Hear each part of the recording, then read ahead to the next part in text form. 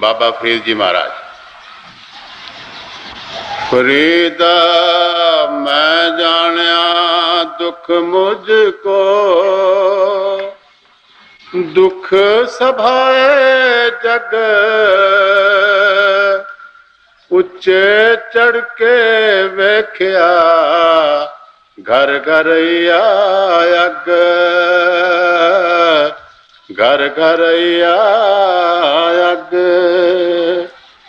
बाबा फरीद शकरकंज, तो ये उनकी वाणी है। महापुरुषों की हमेशा यही खूबसूरती रही है कि वो बड़ी से बड़ी चीज को थोड़े अल्फाज में बयान कर देते। जब हमारे हजूर अपनू संत कृपाल सिंह जी महाराज अपने वेस्टर्न दौरों पे कहे तो महाराज जी ने उस वक्त ये कहा था कि spirituality is very simple and it can be expressed in very simple words. Whatever is not simple, that is not spirituality. कि जो रूहानियत है यह तो एक सादा चीज है, यह तो एक पढ़े अनपढ़े इंसान के लिए है, दुनिया के तमाम सृष्टि के लिए है, तमाम रंग के, कौम के, सबके ये लिए है। इसलिए इसे तो सादा होना चाहिए। सीधी बात है भाई, प्रभु एक है, हमारी जो आत्मा है ये परमात्मा की अंश है, और ये जो हमें जिंदगी मिली है इंसानी, ये हमें बहुत ही अमूल्य मिली। तो इसलिए ये जो बात है इसका हमें पूरा फायदा उठाना चाहिए। और रूहानियत का रसीस्ता तो बड़ा सादा है। हजरत बुल्ले शाह ने कहा है कि मुझे अक्ल के ग्रंथ नहीं चाहिए, मुझे तो लफ्ज मोहब्बत का या इश्क का एक लफ्ज ही काफी। तो अगर हम ये चाहें कि रूहानियत को एक लफ्ज में बयान कर दें तो वो लफ्ज है मोहब्बत, वो लफ्ज है जुनून, वो लफ्ज है मिस्टिक लव। उसमें अकल की बात नहीं है, वो तो रूह का बयान है। मैंने एक शेर कहा है कि जुनून तलाश करे जुल्मत खरीद से कहो, जुनून किरण है, किरण के सिवा कुछ और। तो इस दोए में वो बड़ी खूबसूरती से जिंदगी का जो एक बड़ा राज है उसको बयान करते हैं। और ये है कि अगर हम एक जिंदगी पर नजर डालें तो हमें ये मालूम होता है कि दुनिया में सिर्फ हम ही दुखी हैं, बाकी तो जितनी भी दुनिया है वो ऐशो आराम से जिंदगी बसर करती है। और एक जो मुकाबला है वो ये है कि हम अपना दुख अपनी अक्ल और बेगाने धन को ज्यादा समझते हैं, मगर जो रूहानियत है वो अक्ल की बात तो है नहीं, वो तो रूह की बात है, वो तो दिल की बात है। और यहां तक के इकबाल ने यहाँ अकल का तजरिया किया है, उसने ये समझा है और बताया है, क्योंकि वो खुद फिलासफर था और वो मौलाना रूम का अपने आप को शागिर्द करता था। उसने ये कहा है कि अकल की भी जरूरत है, दुनियादारी के कामों में हमें अक्ल जो है मदद करती है, मगर जो हमारी जिंदगी का ध्येय है उसको हमारी अक्ल जो है वो नहीं पहुंच सकती। तो उन्होंने एक बहुत खूबसूरत शेर कहा है, वो शेर ये है कि अच्छा है दिल के पास रहे पासबाने अक्ल, अच्छा है दिल के पास रहे पासबाने अक्ल, लेकिन कभी कभी इसे तन्हा भी छोड़ते। तो अगर हमने प्रभु को पाना है तो वो अक्ल जिसका हम अपनी रोजमर्रा जिंदगी में काम करते हैं और जो हमें तकब्बर, कीना, इगोइज्म और इगोटिज्म के मंजरों में ले जाता है, उससे हम प्रभु को नहीं पा सकते। क्योंकि अकल जो है ये हमारे हजूर पुन्नूर कहा सकते थे, एक जो अनुभवी पुरुष है उसके लिए जो इल्म है वो फूलों का हार है, मगर उसकी जो अक्ल है वो उसे कांटों में घुसेट देती। तो इसीलिए मैं आपसे ये बताना चाहता था, जैसा कि हज़रत बुल्ले शाह ने कहा है कि मुझे अकल के ग्रंथ नहीं चाहिए, मुझे तो सिर्फ इसका एक लफ्ज जो है वो दरकार। अब देखिए बाबा फरीद किस खूबसूरती में, किस अछूते अंदाज से और किस इस तरीके से कि उनकी बात हमारे दिमाग में ही नहीं बल्कि हमारी रूह और हमारी रूह और हमारी सेंसिटिविटी में समा जाए। तो ये उनका बयान है, वो ये कह रहे हैं भाई देखिए कि हकीकत ये है कि हम सब दुखी, जैसा मैंने कहा है हम अपनी अक्ल को हम सबसे ऊंची अक्ल समझते हैं। हम ये समझते हैं कि we are all the Solomons of the age, मगर ये बात गलत है। तो हर आदमी यही समझता है, जैसा मैंने कहा है कि जो मेरी अक्ल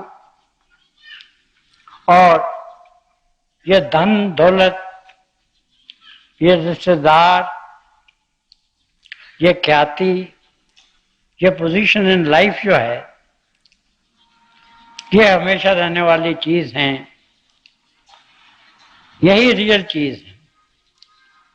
मगर वो भूल जाता है कि ये चीजें तो सब शंगमुंगर हैं, जैसा कि गुरु नानक साहब ने कहा है कि नानक दुखिया सब संसार।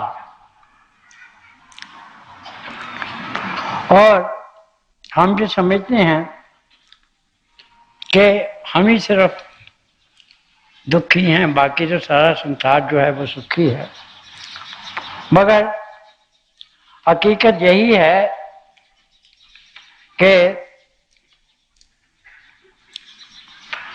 जिस तरह से दुखों की आग में हम जल रहे हैं, उसी तरह से दुखों की आग में बाकी भी जल रहे हैं।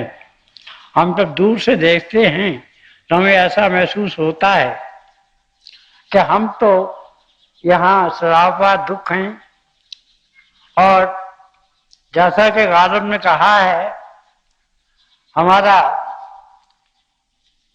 जो तरीका है सोचने का वो यही होता है कि सोच से मैं गम हूं, राग से जैसे बाजा, एक जरा छेड़िए फिर देखिए क्या हो। तो इसी बात को बड़े खूबसूरत अंदाज से बता रहे हैं कि एक हम ही नहीं है जो दुखी। अगर हम दुनिया भर की हिस्ट्री में नजर डालें तो हर आदमी दुखी है, हर आदमी परेशान है। और ये हम जो हैं, ये अगर किसी पहाड़ी के ऊपर चढ़ के देखें तो हमें मालूम होगा कि हम ही नहीं सिर्फ दुखी हैं, जितने भी इन संसार में लोग रहते हैं वो सब के सब दुखी। क्योंकि जो पहाड़ की चोटी पे हो, जो ऊंचे लेवल से हो, वो नीचे के लेवल वालों को देख सकता है और वो सच्चाई पे भी पहुंच सकता है। क्योंकि हम तो अपने आप को ईगोइस्ट नहीं मानते, ईगोटिस्ट भी हैं। हम तो यही समझते हैं कि जो हम सोचते हैं वही आखिरी लफ्ज है। मगर अगर हमारी चश्मे बातन खुल जाए, हमारे थर्ड वाले सिंगल आई जो है वो ओपन हो जाए, तो हमें जो दुनिया की जो हकीकत है उससे रूशनाश होने की नेमत मिल जाएगी। और ये जो दुख है ये सबका दुख है, ये एक आदमी का दुख नहीं है। और हमारे हजूर पन्नूर और बाबा श्रवण सिंह जी महाराज जो फरमाया करते थे कि अगर हम पहाड़ की चोटी से देखें तो हम देखेंगे कि हर एक दिल में आग लग रही है, हर एक दिल में से एक आ उठ रही है, एक फूक उठ रही है। और ये हुक है वो भी कंस्ट्रक्टिव नहीं है, वो हस्त का रास्ता इख्तियार कर लेती है, वो मोहब्बत के मंदिर को छोड़ देती है।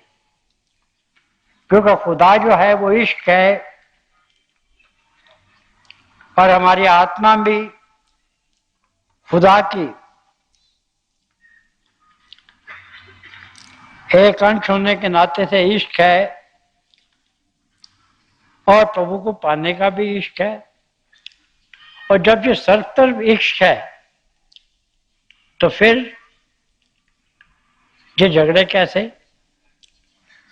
मुझ में भी वही खुदा जो है उसका जलवा मुझ में भी है, वही मैं आप में देखता हूँ, आप में देखता हूँ, आप में देखता हूँ। और सिर्फ सब इंसानों में नहीं देखता, वो मैं दरिंदों में देखता हूँ, चौपायों में देखता हूँ, परिंदों में देखता हूँ, जो कीड़े मकोड़े हैं उनमें देखता हूँ। और सबसे ज्यादा जो है वो मैं हर फूल में, हर पत्ती में, और इसके अलावा हर कांटे में भी देखता हूं।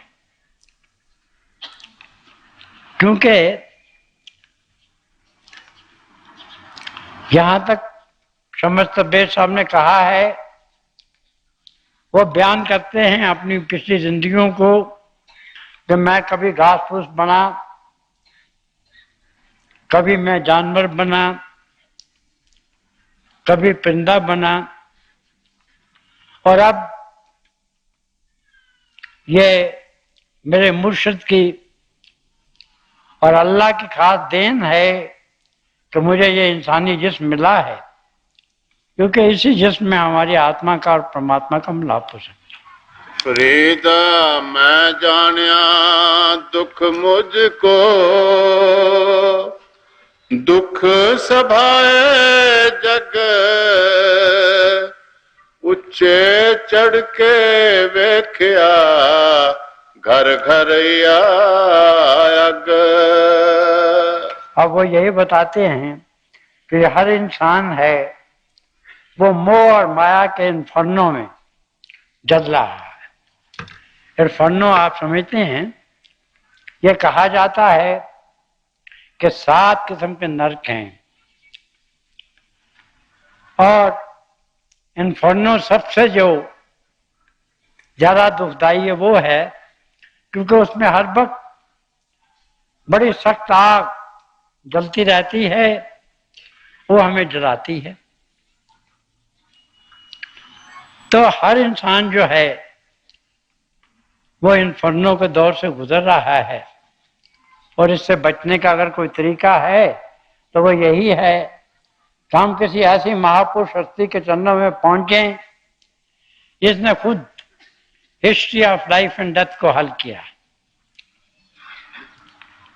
और उसने अगर history of life and death को हल किया है तो हमें भी मददगार हो सकता है कि हम ये मुहम्मा जो है इसे सुलझा लें, इस गुत्थी को समझा लें और उस आखिरी मंजिल में पहुंच जाएं। यहाँ प्यार ही प्यार है, रोशनी ही रोशनी है, नूर ही नूर।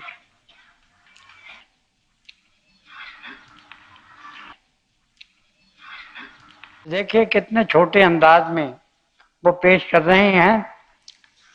तुलसी साहब ने भी ये कहा है, कोई तो तन मन दुखी, कोई चित्त उदास, एक ना एक दुख सफन को सुखी संत का दास।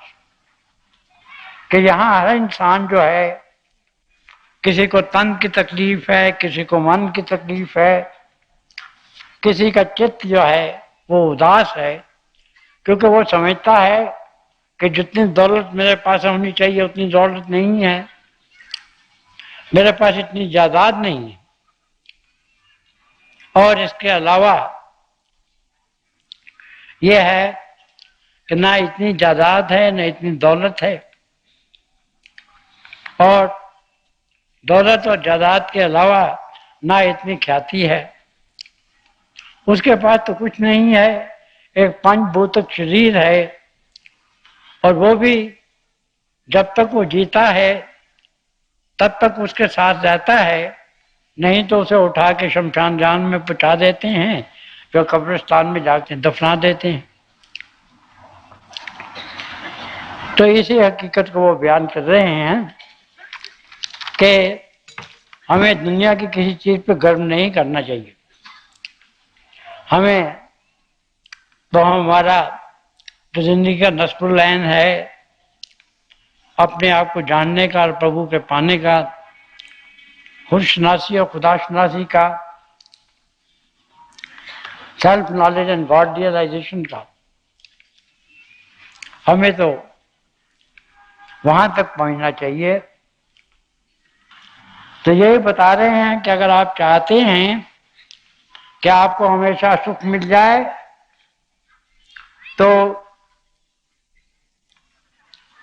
आप किसी महापुरुष के चरणों में पहुंचिए, वो अपनी दया मेहर से आपको बूस्टिंग दे दे, गीता जी मरने की विद्या सिखा दे, नामदान दे दे और अगर आप उसके हुक्म के मुजब डायरी रखें, रोज भजन सिमरन करें तो आपको हमेशा की चेतनता मिल सकती है।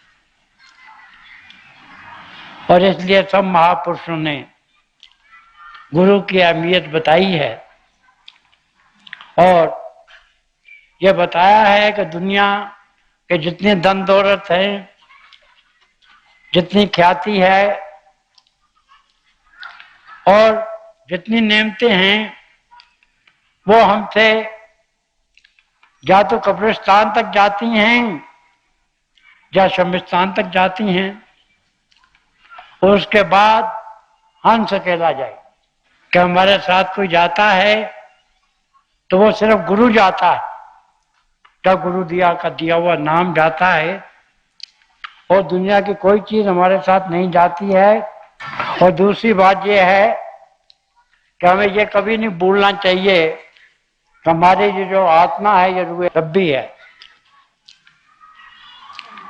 और ये हर वक्त इस तलाश में कोशिश है कि मैं अपने मुंबई तक पहुंच सकूं,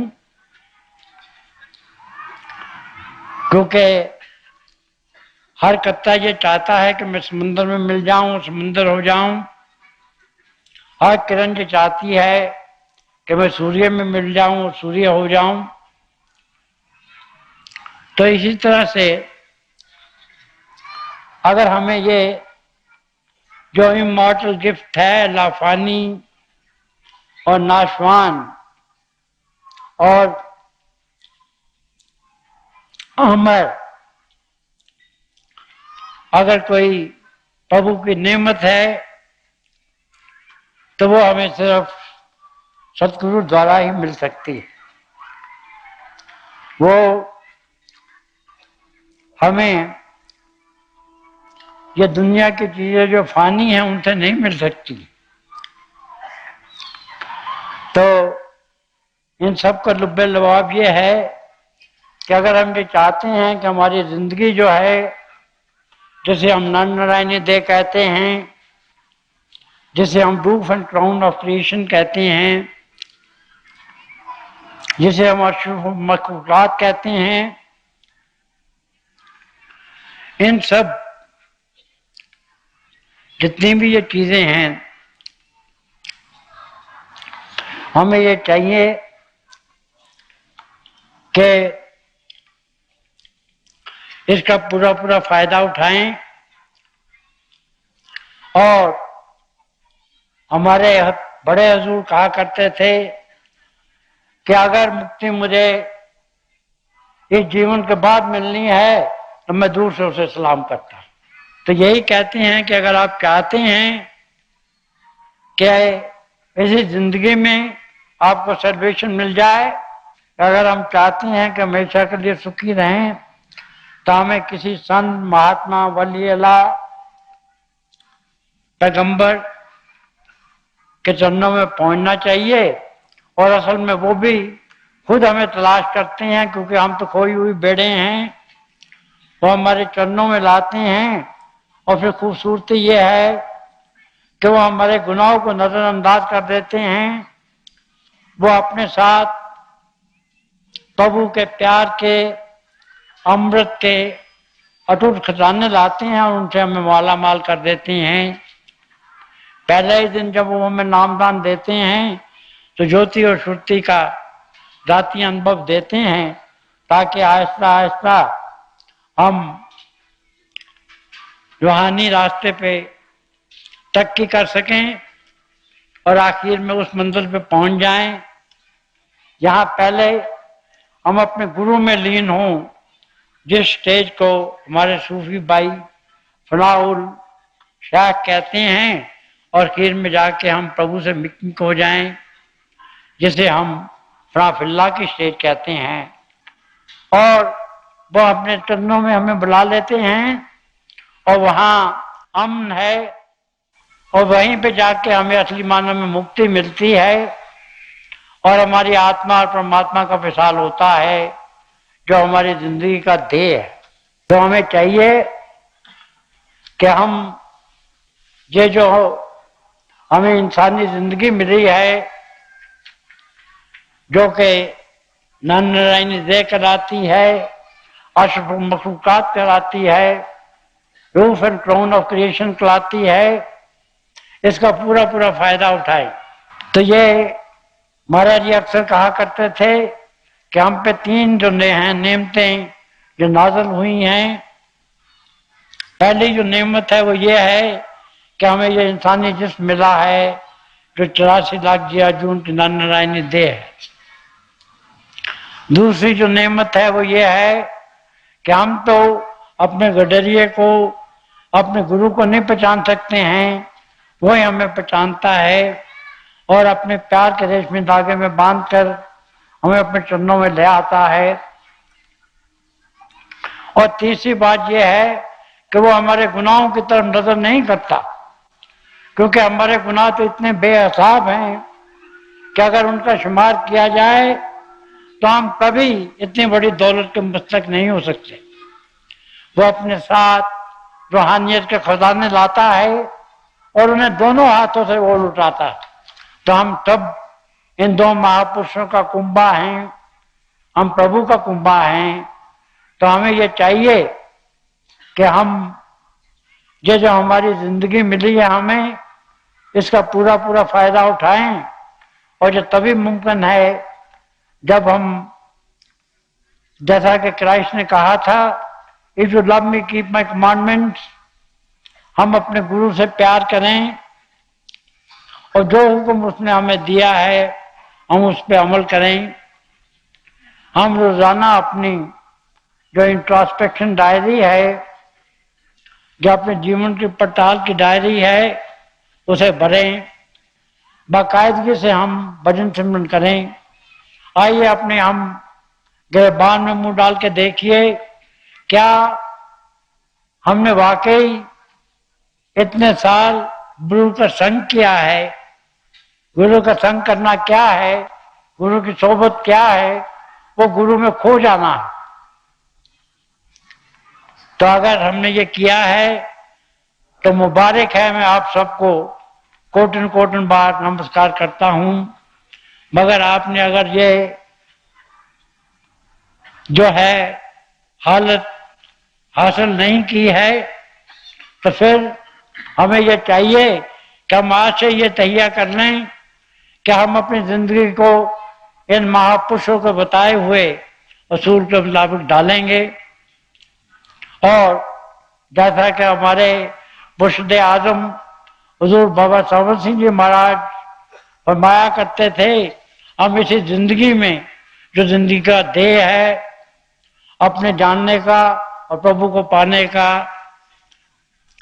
सेल्फ नॉलेज का और गॉड रियलाइजेशन का, खुद शनासी का और खुदा शनासी का, हम इन सब को अपने गुरु की कृपा से, परमात्मा की कृपा से इसी जीवन में हासिल कर सकते। नमस्कार।